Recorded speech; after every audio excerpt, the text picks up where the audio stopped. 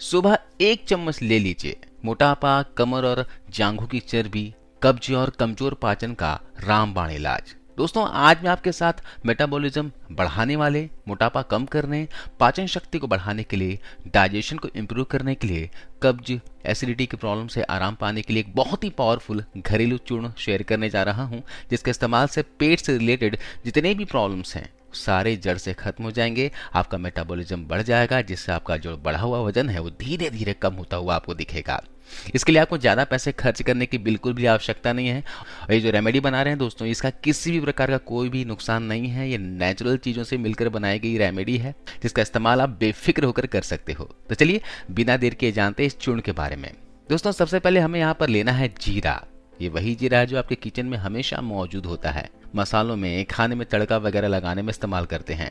तो यहाँ पर 4 टीस्पून की मात्रा में आपको जीरा ले लेना है।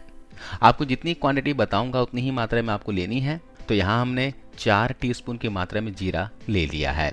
यहाँ पर हम जो दूसरी चीज लेंगे वो है काली मिर्च। इसको हम ले लेंगे 4 टीस्पून की मात्रा में। जी हाँ, जितना हमने जीरा लिया है उतना ही हमें काली मिर्च भी लेना है। अब इसके बाद हम अगली चीज लेंगे वो है 2 टीस्पून हरड़।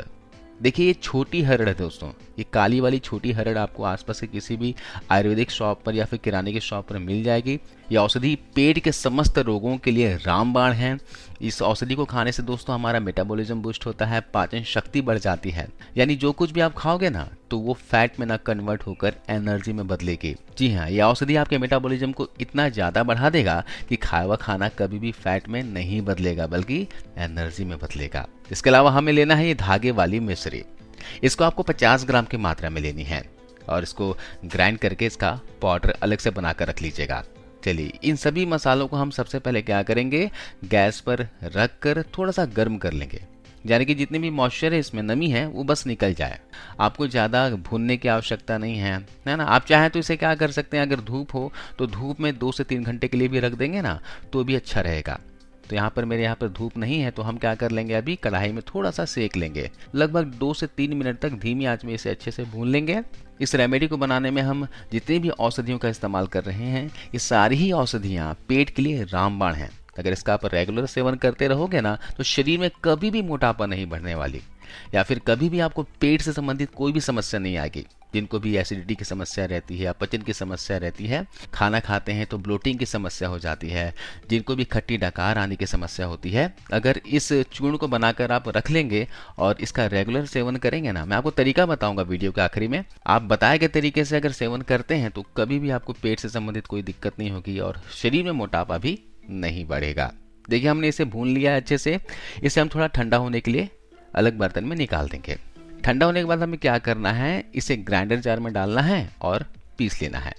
पीस कर आप तैयार कर लीजिएगा। ये आप देख सकते हैं, इसको हमने अच्छे से बारीक पीस लिया है। अब हम आगे क्या करेंगे, इसको बारीक छन्नी की मदद से छान लेंगे। क्योंकि हरड़ और जीरे को आप जितना भी अच्छे से बारीक पीस लें, उसके जो कण होते हैं वो एक बार में नहीं पीसते हैं, इसलिए इसको छानना जरूरी है। जो भी बारीक छन्नी हो आपके पास, उसमें आप छान लीजिए। ये देखिए, छानने के बाद इसमें कुछ कण बच गए हैं, जिसको हम फिर से दोबारा पीस लेंगे। हमने इसको फिर से बारीक पीस लिया है। देखिए दोस्तों, ये चूर्ण आपको इस तरह का दिखेगा। अब हम इसमें ऐड कर देंगे पीसी हुई मिश्री।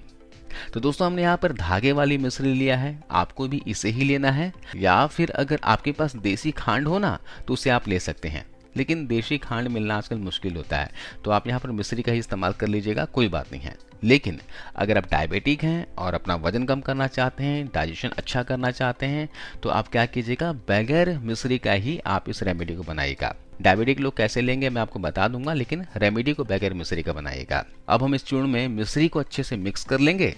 देखिए, हमारा चूर्ण बनकर बिल्कुल तैयार हो गया है। अब इस चूर्ण को क्या करना है, किसी कांच के जार में या फिर आपके पास कोई भी डब्बा हो या टाइट कंटेनर हो, उसमें डालकर इसे रख दीजिए। ये खराब नहीं होने वाला। इसे आप लगभग 1.5 से 2 महीने तक स्टोर करके रख सकते हैं, बिल्कुल खराब नहीं होगा। आप एक साथ ज़्यादा क्वांटिटी में घर पर बनाकर रख लीजिएगा। चलिए, अब जानते हैं इसका इस्तेमाल आपको कैसे करना है। दोस्तों, इसका सेवन आपको दिन में 2 बार करना है। सबसे पहला खुराक आपको लेना है सुबह जब भी आप ब्रेकफास्ट लेते हो ना, नाश्ता लेते हो सुबह का, उसके आधे घंटे पहले आपको 1 गिलास गुनगुने पानी के साथ इस चूर्ण का सेवन करना है। यानी इस चूर्ण का 1 चम्मच आपको फाँकी लेना है और ऊपर से 1 कप या फिर 1 गिलास गुनगुना पानी पी लेना है। ध्यान रखिएगा, यहाँ पर आपको सिर्फ गुनगुना पानी ही पीना है और पानी भी आपको आराम से बैठकर सिप सिप करके घूंट घूंट करके पीना है ना। आराम से पीजिएगा। पहला खुराक आपने सुबह ले लिया, दूसरा खुराक आपको लेना है शाम को 4 से 5 बजे के आसपास, यानी दोपहर के लंच के 2 से ढाई घंटे के बाद आपको इसका सेवन करना है। जब भी शाम के वक्त थोड़ी सी भूख लगती है ना, तो आप क्या कीजिएगा, इस चूर्ण को ले लीजिएगा और इस चूर्ण को लेने के आधे घंटे तक आपको कुछ भी खाना पीना नहीं है। आधे घंटे के बाद अगर आपको भूख लगे शाम के वक्त, तो आप क्या कीजिएगा, भुना चना होता है ना, भुना चना 1 मुट्ठी खा लीजिएगा। तो अगर आपको चना नहीं खाने हैं तो भुना चना की जगह आप 1 मुट्ठी मखाना भी खा सकते हैं। ये दोनों ही चीजें ऐसी हैं जिसमें कैलोरीज ना के बराबर होती है, बल्कि इन दोनों ही चीजों में किसी एक चीज को खाने से आपका मोटापा कम करने में ये मदद करेंगे।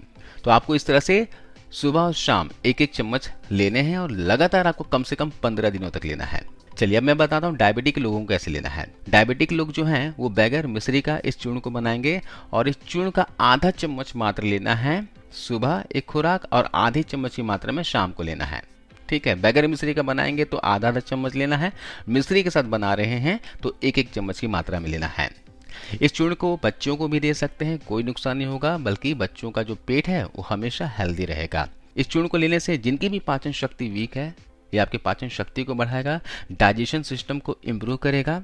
अगर आपकी आंतें कमजोर है तो आंतों में मजबूती लाएगा। पेट में अगर गैस बनती है, एसिडिटी बनता हो, पेट में अगर जलन होती हो तो ये पेट में गैस नहीं बनने देगा, एसिडिटी को खत्म करेगा, कब्ज को दूर करेगा।